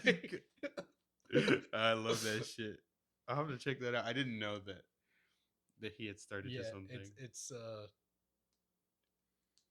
I wouldn't say that it's a guilty pleasure because I really like it. Yeah. Like, Yeah. I mean, like it's very, it tickles your nostalgia emo music. yeah. Bone. His fucking videos make me fucking laugh. Yeah. Like, just the one whenever he's picking her up like that first time, and he's singing Hawthorne Heights, Oh. and like the song starts and he just does like a shit fucking gets me every time. So anyway, I'll check that shit out. So then the last one, because I didn't listen to, or did you want to talk about Worm Shepherd? Oh Real quick. shit. Worm Shepherd Ritual hymns. ritual hymns. So there's like a whole section of deathcore called blackened deathcore, and I think that's what this is. It's pretty black metal influence, like Okay. Lorna Shore. Maybe not so much anymore. Mhm. Definitely still, but not as much as they used to be. Yeah. Very blast beaty, very like strings throughout the whole thing. It's not bad. He's not Bono. he's not Bono. It's not bad, but it gets tired to me. Yeah. So like Lorna Shore I used to listen to because of Tom's vocals. Like it sound fucking ugly, Mhm. like in Yeah. old Lorna Shore. And then now, obviously, because Will's a fucking maniac. Will Ramos. Yeah, I didn't know that he was Hispanic. he's Puerto Rican. Oh, that's cool. But I saw a thing and they introduced him as Will Ramos. Yeah, because that's how they say it in New York. It fucking upset me. But go on. So yeah, it's I would put this under the blackened deathcore umbrella, Mhm. and you know exactly what you're getting with that label. Yeah. I would say. I don't think they really stray from that too much. Cool. So yeah, this one kind of came and went for me. Right on. I didn't get to it because fucking motherfucker is a whole book of yeah, book of metalcore. that we got deathcore that we gotta listen to. It was crazy. And so then the last one is Lee McKinney's solo. Have you ever fallen down a YouTube rabbit hole where like you see the title of a video and it's like I made a fucking 3-story treehouse out of Nestle Pure Life plastic bottles or something, No, or like something like that. that was just so specific. That was just out of my hat. Chill. Um, mine is normally like I like to watch people restore things. Okay, yeah, And I just and then fucking like so, or like make a Bluetooth speaker with 6x9s from yeah, a car, something like that, fuck and then it has like stock music. That's what this reminds me yes, of. like, yes, like this could very much be on one of those videos where there's no words. yeah. It's like movie maker fucking like Yeah. like intros that like fly through and come up and are on the screen. This is your food handler's license, like just fucking background music. So it's a lot of major steps.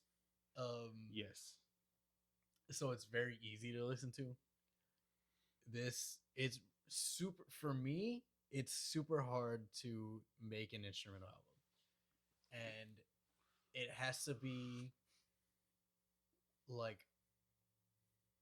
there has to be like enough variety to be interesting, but also not so much to where it's hard to follow, or it has to be really really fucking rhythmic and really lean into that. Mm-hmm.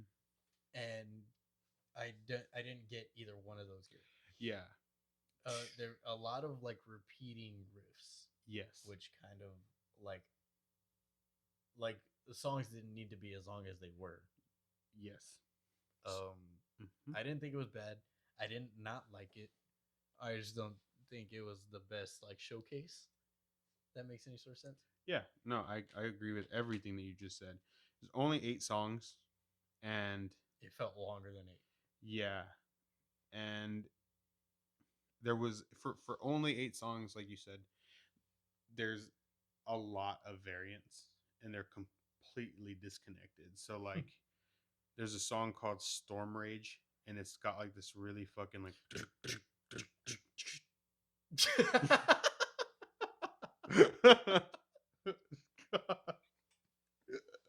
You just get me, bro. Bro, you just get me sometimes. But then fucking that was weird. Fuck.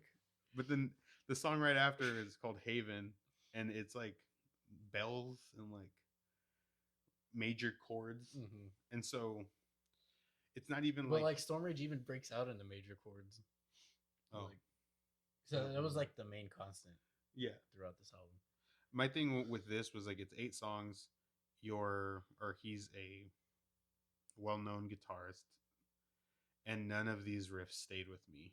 So the main songwriter for Born of Osiris is Cameron. Yes, I Which is learned the drummer. that. Which is probably why I like him so much. Marcus told me that earlier, and I had learned that. I had learned at least partially with the New Rain that he wrote that shit at like 15. Like, bro, fuck you, dude. Honestly, what the fuck? It said that on Wikipedia, so like obviously there's room for error there, but it says between the ages of 14 and 16, he wrote the New Rain EP. Go listen to Unsolicited. It's hard or what? Dude, yeah. In the episode that I had to do by myself because you're a bitch. So that's Cameron's solo? Yes. Oh. So I had said this sounds like Born of Osiris B-sides, but they're only B-sides because there's too much for there to be vocals on top of. Yeah. Okay. I feel like Born of Osiris songs are Cameron's B-sides. Mm-hmm. Like, yeah, that's him toning it down so that you can have vocals. That's definitely what it seems like after listening to Unsolicited. That's crazy. Yeah. He fucking went Super Saiyan and 3. I really don't mean to like compare these two because I feel like that's fucked up. I mean, but motherfucker, that's the whole thing. Is like this. Like, you're not wrong for doing that, because you can compare Cameron to Born of Osiris because he's the primary writer. You can compare and contrast them, mm-hmm. and then Lee, who is he the leader rhythm? Lead. I don't know that they have a I mean, I didn't know if there was two. rhythm. Yeah, I don't know if I'm just like blinking. there's Cam. No, I think he's the only one because there's Cameron, Lee, Ronnie is a vocalist. Joe does vocals and synth, Mm-hmm. and then I can't remember his name as a bassist. Is it still the same basis? No, he's a different guy. The other one left. I guess he just kind of like disappeared. Yeah, like they never said anything that I don't think. Yeah. I don't think that he's posted anything on Instagram or anything, but they just like uploaded promo images for whenever the simulation came out, and he just like wasn't there. Weird. Yeah, I don't know what happened with that.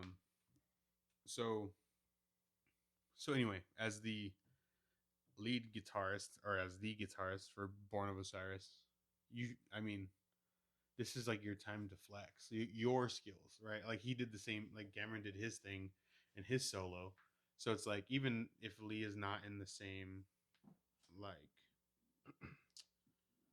not producing the same music on his own, that's totally fine. But this is your time to showcase what you enjoy doing and what you feel like you're good at doing. And while, like you said, none of the songs are necessarily bad, the them together as a unit is not super strong. It's a different market, I would think. Yeah, like this is not. I mean, this isn't. This is not like a heavy music junkies spin. Yeah. Okay. But then who? Honestly, I don't know. So, but I know it's not my market. Yeah. I think my favorite song, or my top song off of this, was the last one, The Maven. Was just like the coolest one to me. The last two tracks, The Reason and The Maven, are both. I think The Reason is pretty cool. Yeah. That's like the softest one. Yes. But it's got a cool like chord progression, a cool melody, and it's pretty strong throughout. The thing that bugged me about the last track is it's called, and I don't even know if this is like a legitimate thing to be irritated by, but probably not. You're probably just a bitch. So you can let me say it, and then you can call me a bitch if you feel the same way still. Bitch. Oh. It's called The Maven, and then parentheses it says In the Sky. But I don't know why there's parentheses. Because like normally, like if a song has words in parentheses, it's like that's part of the chorus, and that's kind of like what you might actually know. What's the song. Maven? So I think I looked it up earlier. It's like a connoisseur or like a seller of things. I'll look it up again. But it's like a salesman, not a salesman, but a picture. Oh, an expert or connoisseur. So, just somebody that knows a lot about something, right? But it's like the Maven in the Sky. Maybe it's to like create imagery. But then you can just put the Maven in the sky. You don't need parentheses. Yeah. You know what I mean? Because it's like a lot of times when you see that, it's like in the song, in the lyrics, it'll be like the Maven in the sky, and it's like, oh yeah, that's what the song is. Yeah, that kind of doesn't. It just didn't really make sense to me, and it's like it would make sense if it was a concept album and there was like things that were tying together, but he didn't do that either. The Maven at night. The Maven at night. I'm taking out the trash. He gets scared as fuck right there. Fucking pussy. It's scary sometimes going outside at night. So it was cool. I mean, that to me was not my. This is definitely like. This is something that I would put on at work if they got mad at me because my music was too heavy. I take a big ass boombox to work. It's like this big, and it's fucking loud. It bumps, and sometimes I get in trouble because I'm fucking listening to Darko. God damn it! Yeah, I'm fucking blasting that shit. And like if I'm in dairy and the customers open the door for the vault and they grab the milk, my fucking music just comes through. God damn it! So I get in trouble every now and then, and this is probably something that I wouldn't get in trouble for. You just play Hoobastank instead, bro. I'm down. Fucking Crawling in the Dark, bro. Um. So yeah, like I said, Crawling in the dark. I hate you so much. Yeah. So, I mean, if you're looking for something, I don't really know how to sell this to you. Also, like the fucking album cover is so ridiculous. What is it? Like, there's just a lot going on, and I don't feel like it reflects the. There's an artist that they go through. Yeah. I follow him on Instagram. Go to Instagram real quick. I think it's Parables Vision or Parable Visions. And Parable. all of his, I think he sells tapestries, and I should buy some. How do you spell parables? BLES. Oh, that guy right there. Yeah. So, oh yeah, I see. Oh fuck. Yeah, all of it's just fucking cool. Yeah, I just feel like that didn't reflect the album. But what if that guy is the Maven in the sky? Then Lee didn't do a good job of making me want to fucking talk to that guy. Like, but he could tell you about clocks. Because he'd be like, dude, look at all these clocks right here. Look at them. These clocks, bro. Check These them clocks in the sky. But anyways, What's that guy's name? Huh. Shout out Cameron Gray. What's his Instagram handle? At Parable Visions.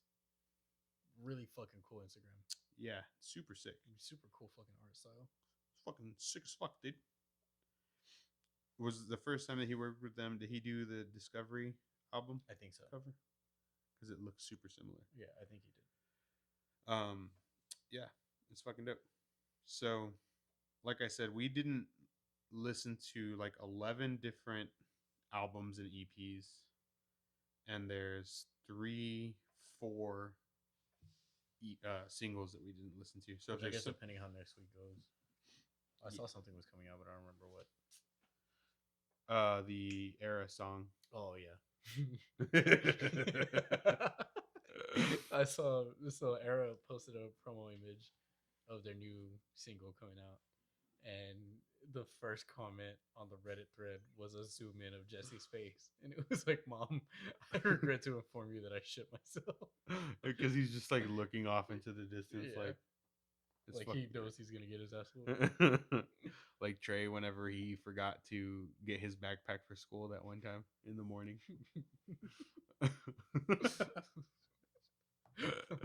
Oh man! So that concludes this week's talk. Yeah. Yeah. If there's anybody that you think we should go back to, let us know. I started listening to Chaos Bay because it was labeled as modern metal. I was just curious to see like what that would entail. But I stopped listening because I was like, I have to listen to all this other shit. So I might go back and finish it. There were some bouncy riffs there. Some of the choruses were kind of like mainstream sounding, but nothing was like, oh god, like overbearingly so. So I'd probably go back and check them out. But I'm gonna call a fucking Omaha right here. Omaha. I'm about to piss myself. Oh god. So I'm gonna go pee. Yeah. You keep doing your thing. Yeah, dude. Fuck, I just ran out of things to say. So but yeah, it was a lot of things, a lot of bands that I hadn't listened to before. I have, I guess, kind of kept myself in a box recently, but that's fine. I don't know how Tre did this for a whole episode. He's giggling in the restroom. Go in the restroom. But overall, I mean, Shadow of Intent was hard as fuck. I was really torn. I couldn't decide between Shadow of Intent, Enterprise Earth, and Pridelands for my favorite album this week. They all brought different things to the table. They were all really strong in their own ways. Like, I think Pridelands kind of shows out just because it is their debut album. They're trying to make a name for themselves, and I think they do a really good job of just like laying it all out there. Like, this is what we can do. This is what we're going to build off of. So I think it's a great first step. But Shadow of Intent and Enterprise Earth are just so fucking solid. This shit was so fun to listen to. I could go through them both like over and over again. They are really fucking long, so maybe it takes a few hours to do that, but overall, definitely, definitely love them. Um, yeah, I mean, I guess that's pretty much it for this week. We, like I said, if there's anything you feel we missed, let us know. We'll go back. I know I said that a few times already. I'm looking forward to just more releases. This fucking week was crazy, so we'll have to see if it slows back down or if they just fucking keep the headway. I had a dream last night that Stick to Your Guns released a track. Well, I didn't have a dream that they released it. I dreamt that I saw an Instagram post from one of them that they released it. And so I woke up this morning and went to Spotify and was sad as fuck because I had a dream and it was just kind of a bummer. Your Game Boy. You had it. Did you put it in here? Oh yeah, You're gonna show it off or what? I wanted to. Just show it. Unplug it. I'm already here. Oh, you weren't though. So yeah, is there anything? Anything? Did you listen to I Am One? Yes, I listened to two of the songs. I didn't listen to Shades. Fuck. I didn't finish it. I wanted you to. I told you Uncanny Valley if you had time for the three. Oh, that's not what I heard. I thought you said all of the EP, and then if not, Oh yeah, that is what. Anyway, it was just a lot. But I mean, they were sick as fuck. yeah, but you need to listen to Shades. Okay. Well, fuck. But I dug what I heard so far. What you have you had any songs stuck in your head this week? Jaw Rule. Ja Rule? Yeah. Which song? Living It Up. Living it up. Do I do? I don't know why, but I wanted to listen to that song a lot. Dude, that's a good love song. for you. It's a good song. Come though. on, we get high. Oh my god, you suck. Why? Because you keep cutting me off. You're fucking with the tempo of the song. Mine is Hero by Nickelback / Chad Kroger. Because there's a fucking, I don't know if it's Instagram filter, but it's like Spider-Man. It's like from the back of Spider-Man, and it's like all you see is the face of the person that they're saving. I'm so high. I fucking pulled on my headphones again. And so one of those videos, like people were just making like stupid little clips. But one of the videos, the guy is just singing "Hero" by Spider-Man, like he's being saved by Spider-Man. He's like, "And they say that a hero can save us." Bro, I've been singing that shit all fucking week. Like, I'm not joking. I am so tired of it. And I went and watched the original music video. Mm-hmm. Is it bad? It's just, I mean, because it's Spider-Man. It's the Spider-Man. So it's a movie music video. Mm-hmm. It's fine. They're just like on a roof. Does it look real though? No, absolutely not. No, 110% does not look real. But some of the top comment was like, "This song is really good," and it was from like a year or two ago, I think. And he was like, "Could it be that we were too hard on Nickelback?" And it's like, I mean, revisionist history is a motherfucker. The thing that sucks about Nickelback is that they are not earworms. They're like ear parasites. Like, it just festers in your fucking brain and it just grows. And so like you get tired of it because you can't get it out of your head. That's what I've been going through since like Wednesday or something. I've just been singing the chorus of this fucking song. That's funny. So that's been that. Non-heavy, or I mean, your Ja Rule. Do I have another? I'm trying to think if I have one because that song has taken up so much headspace this week. I was still listening to Mama Said Knock You Out a lot. That fucking shit slaps. I feel like I had another song that I was listening to. More Offspring. Not this week. This dude. Not this week. Oh, I do, and it's gonna go into the artist that I want you to listen to. Okay. So there's a band called Starset, and they sound like new Breaking Benjamin. Like if Breaking Benjamin came out now, Okay. is what I feel like they would sound like. Mm-hmm. But the singer, can't remember his name, has a side project called MNQN, all caps. Okay. Dude, it's like, man, I don't know what to call it. It's like, I guess it could be like synthwave. Is it supposed to be Mannequin? Oh my god. What? Maybe. You want to just blow? No, man. Yes. You just blew my mind. I listened to this for years. You're stupid. I've even sat there like, what is that, bro? It's a mean? mannequin. Mira. I've never seen any art. That's funny.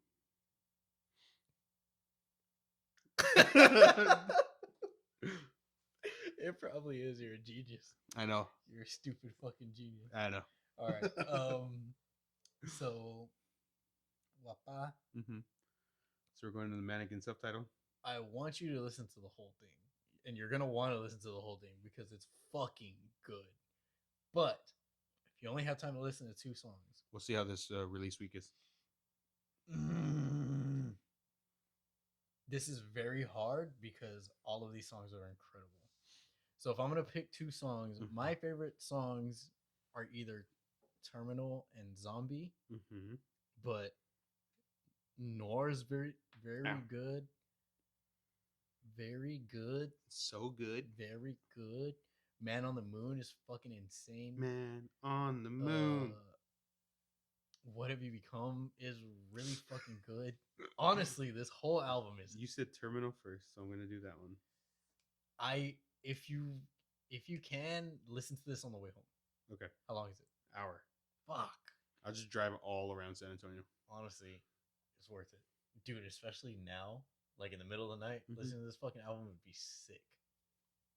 Dude, it's such a good fucking album. I'll check it out. But Terminal and Zombie. But they're so much better in the context of the album. Yeah. Cool. I'll try and listen to it right now, or like before the releases come out, so that way I fucking 100% would. I'm gonna like the whole album. Look, there it is. You saw it here first. I fucking love this album. It's like a. I don't know if it's like an AI becoming sentient or like a AI falling in love with someone. Like Her, the fucking Joaquin Phoenix movie, or is it like that movie kind of, or like the movie where the doll comes to life? What was that movie? I, Robot. I don't know. Like it was like a '90s movie where wasn't it Gabrielle Union? Like she was a doll. There's also a movie called Mannequin, where the mannequin comes to life. If Gabrielle Union was a doll, chill. Stop right there. I just watched Bring It On like last week. Oof, that's pretty cool. That's a very quotable movie. I haven't seen that movie in so long, bro. I knew a lot of the movie. Did you know you knew a lot going into it? Yeah. Okay. I've seen that movie so many times. I'm trying to think of the name of that movie though. But anyway, is it supposed to be Mannequin? It's like my fucking time froze for me. Your eyes started fluttering. I fell in love with you a little bit. Oh, wow. Finally. Chill. Gabrielle Union. Anyway, don't search Gabrielle Union doll.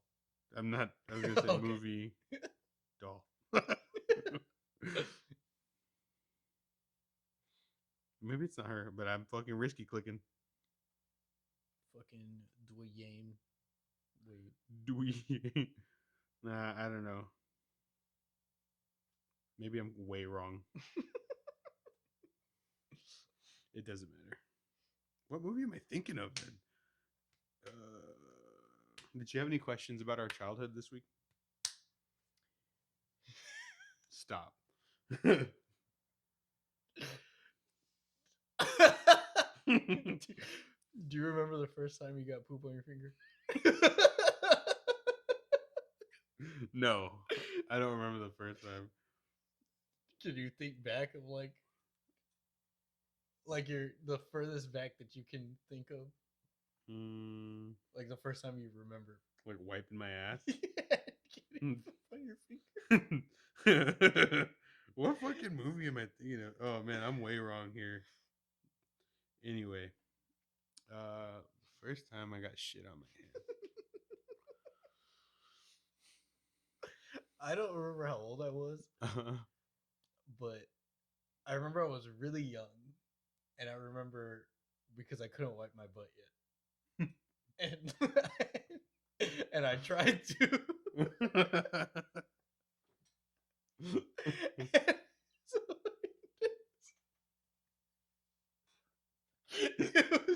it was on my index finger, and I cried. And then our bathroom used to be blue, and I wiped it on the door frame. Oh God! And I was yelling for my mom.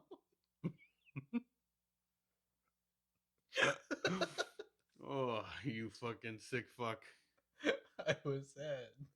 It was sad. Why would you wipe it on the door frame? I don't know. I was a kid. I was little bitty. I don't know what the fuck's going on. I just Stupid know I got ass shit on my kid. finger, and I don't want it on my finger. Yeah. And I'm crying. Dip in the toilet or something. I don't know. Like anything's better than wiping it on the wall. I don't think I could reach the sink yet. That's fair. You should have just gone full Tim Tebow. Like, chill, bro. You said dip it on the toilet. I got a knot in my throat. I feel like I'm so much more grossed out now by poop than I ever used to be. I've already told Trey this story, but there was one like really bad day that I had. It was like I guess we were gonna be juniors. Anyway, I went fishing with my dad, and this is one of my favorite stories ever. It was just one of those days where like a few things went wrong and it just ruined the whole day. We go fishing. We're out on a jetty. We're out. I think we're at Choke Canyon. Mm-hmm. And I think we get breakfast, and it ends up not sitting well with me. But it's the summer, so it's hot as fuck. So we're sitting. We're also in South Texas. Yes. And it gets what, like 110? Fuck yeah! I mean, at least 103, 105. And it's humid there by the water. Anyway, it's humid everywhere. So I remember sitting we were like on a little jetty thing, and I had my little lawn chair, and I had taken my shoes, I'd taken my socks off, and I put them, because I didn't want to get them wet, I put them in the cup holder of the fucking chair, and I had put my phone there too. And so then I have to use the restroom, and so I go into this fucking like the park restroom, and it's fucking hot. Like it's hot as all fucking there, and the fucking stall is made out of metal, right? So it was like a foil door, and I just go and I shit my brains out in there, and I'm just sweating. Like I'm just like fucking like my shirt sweating. Oh yeah, dude, everything. That's the fucking worst. So yeah, like I decoupaged my ass, right? Like I went to wipe, and the paper just fucking stuck to my ass because I was just sweating, So oh, I struggled through that whole thing, right? It's like I might as well have like taken a shower, sliding all over the seat because your fucking cheeks are wet. Well, yes, I hate that. So then that whole thing resolves. I'm pissed because like my shirt, I've sweat through my shirt basically. I go back out there, and as I'm walking back out, the wind blows, and it fucking flips my chair, and my phone and my socks both land in the water. And I told my dad like everything that had happened. He was like, like it's still early in the day, we're not leaving yet. It just fucking ruined my day. Like my phone. I remember you telling me this in school, and I remember fucking dying laughing. My phone didn't break, I don't think, but I mean, it was broken for the day, but it turned back on. Um, I was just shitty as fuck. I was so fucking pissed. But it's just like shitting in a hot restroom is the worst thing. Like, and like those are never clean, when Yeah, you're at a park. But anyway, I don't remember the first time I got shit on my finger. I do I'll remember say, is there a vivid memory that you have? of shit. I guess. I just remember. So my grandfather used to be a janitor at one of our schools, and so we were like in 5th grade. I guess we were on a break, and I would go with him to the school, and I would just go play basketball. And I farted and I shit myself. Like I was shooting around by myself, and I just like ripped a fart, and I just shat my fucking pants. So then I'm just sitting in the fucking stall there, like I had shit through, in my underwear, and um, like I was in there for like 30 minutes or something because my grandma couldn't find he couldn't find me because I had been sitting in there so long. So finally, he checks. I'm sure he was panicking as fuck. Like, I had no way to tell him. I didn't have a phone, or neither of us had cell phones at the time. And he comes in and he's like, I just hear like, "Papa," and I was like, "Hey, Grandpa." He was like, "Oh, where were you?" He was like, "What are you doing?" I was like, I had an accident." So he had to leave work to go buy me shorts from Walmart, and he bought. I don't know if it's all they had, but he bought me like swim trunks. There was just like these shorts with like a skull on them. They were pretty cool, but yeah, I fucking I shat the shit out of my pants. Like I've like had near misses a lot, but that time I full on like turned my fucking shorts, bro. It was rough. Rough time. But Fuck. Oh man. Stupid. I remember I used to pee my pants a lot so my mom could take me home. My dad's gonna get pissed if he watches this. They didn't know that you did it on purpose? I don't think so. They were like, this kid's got a fucking weak ass bladder. Maybe.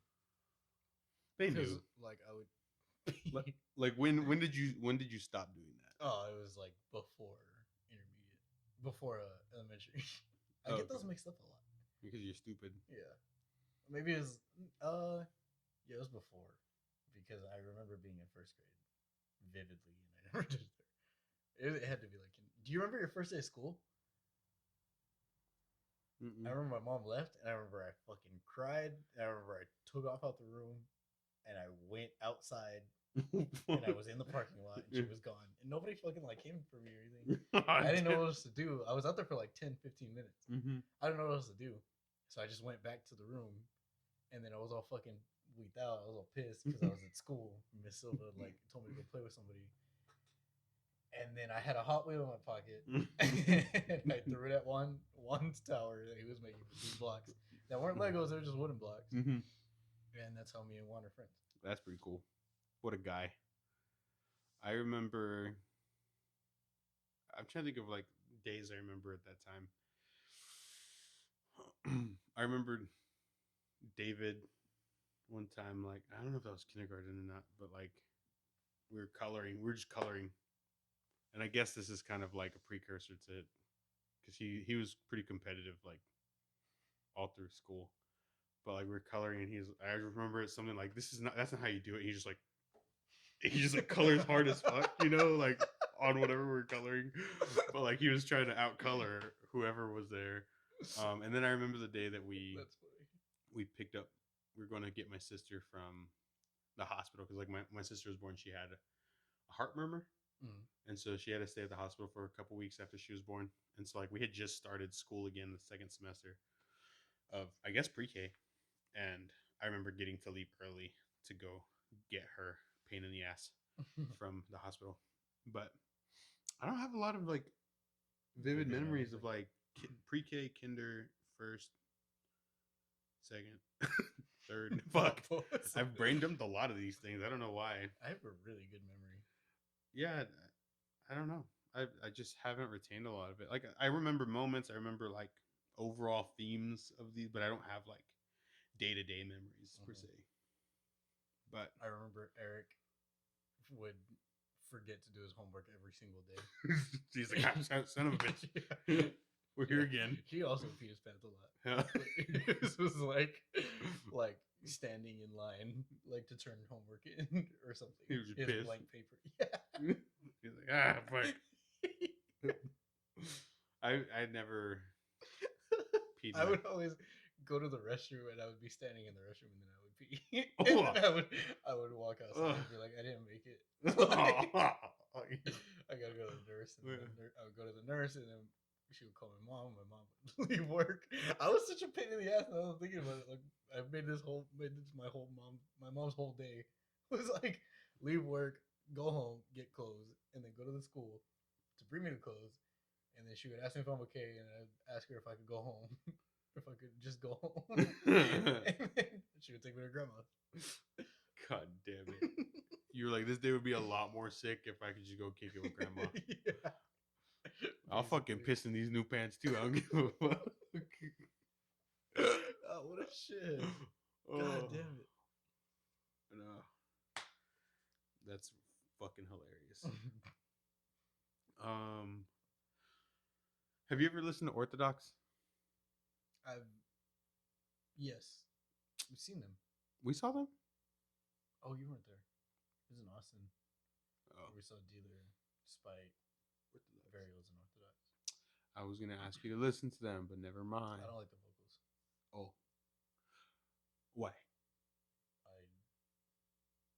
They're too talky. I guess it reminds me of King 810. Because I was listening to, because I had them on like saved. I was listening to the album that they had released like in 2020, and I didn't really like the vocals, but I had them saved from their previous album in like either 2019 or 2018, and I like that one a lot more. And they released a single in October of 2021, and it's pretty fucking cool. But fuck it, never mind, bro. I don't want to be a friend anyway. Yeah, I'm not a big fan of that vocalist. That's fine. Anything else? Give me a band. Oh, fuck, I don't have another band on deck. You know too many bands now. You're not even fun. It's not even fun to be your friend anymore. Today on January 17th. Well, I guess we're on the 18th now. But Every Time I Die announced. Oh, yeah, what the fuck? We got through a whole bunch of other shit. This is just like the bookend to everything we've talked about today. They announced that they are breaking up, and it seems to be a shit show. Yeah, it's going to be an unraveling shit show. So stay tuned. Go to the Every Time I Die's Twitter, or no, the members' Twitter, and then go to Keith's Twitter, and you'll see everything that we know so far. Yeah. But it seems like it's messy. I don't know what exactly is happening. I don't know if it's just like a cease and desist, where they were like, hey, maybe stop talking shit about the band. Or if they were like, hey, get the fuck out of the band. So, I don't know what's going on. But, yeah, it seems like shit's hitting the fan and landing on our teeth. Ugh. You're gross. So, I don't know. Maybe we'll learn something here pretty soon. Yeah, I mean, there's got to be more stuff coming out this week, because it was like they said some shit's about to come out, so we're just gonna make this statement, and then Keith released like a screenshot of the legal document he received in regards to the band, like a cease and desist. Yeah, and it was dated to like the end of last year, so Anyway, we'll see how that shit unravels. But it's crazy. I mean, Yeah, fucking, they've been there forever. yeah, Ever since I can remember. yeah, I was never like a big fan of them, but no, I know that they've always been there. for sure. I know a lot of people are big fans of them. Mhm. So we'll see what happens with that. But I think that's like really the only big news. Yeah, the only thing worth talking about that happened. Yeah. I don't really think anything else happened. Word. I had a question that I was going to ask you and I forgot. Ask me then. I'm trying to think. I'm going to forget and then we're going to stop and then I'm going to remember and I'm going to be pissed.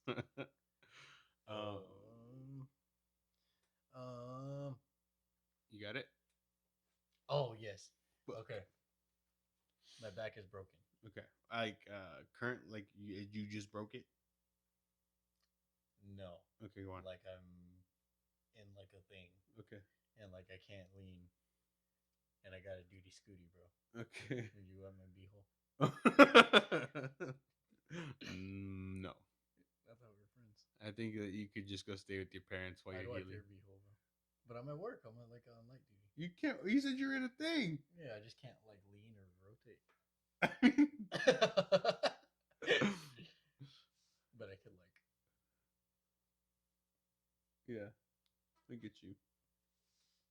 I'm just fucked up, bro. Mark said he would wipe it. Mark probably been waiting to wipe your ass, bro. Mark asked me, he was like, "Would you rather kiss somebody's foreskin or kiss their shaft?" I was like, "Shaft, 100%." He was like, "I thought I was gonna stump you, bro. That was so fast." Oh, wow. You're sick. If you needed me to wipe your ass, bro, I'd wipe your ass. I don't believe you. But I would be pissed about it. I would wear a glove or two. What if I like promised I ate super clean?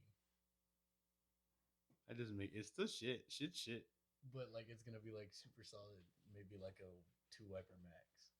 Oh, yeah, I got you. I'll even wipe 3 times there. You know, yeah, hit the bunch. I don't believe It would be rough though. I would definitely still try to get you to go to your mom's place for a while. Would you gag? Yeah. Yeah. I would. I wouldn't gag at the shit. I'd gag at my hand on your ass, like you know, it's not on my ass. It's like on your own. my beehole. Oh, that's what I'd be like. Anyway, and I'm not gonna answer the other question because you're insecure. No, this is gross. Why is it gross? It's just no. I don't care. If you want to kiss foreskin, bro, kiss foreskin. I want to, bro. Kiss shaft. I want to. I don't give a fuck what you want to do. I'm just saying that's a gross decision to have to make. I mean, what do you think about? Shaft is obviously cleaner, right? Like foreskin, you got to worry about schmegma. Oh, Butcha. Okay, schmegalodon. Didn't even cross my mind. What are you talking about? Why was it so easy for you to choose? Like, because there could be pee. I was like, that's closer to his pee hole.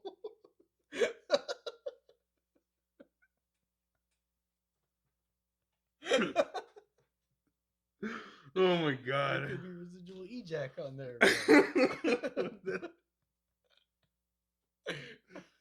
Oh. Fuck. All right. This has been the 10th episode of BoomBox BreakDown. I'm so sorry. We'll see you next week. Hopefully we got some good releases. See you later. Peace.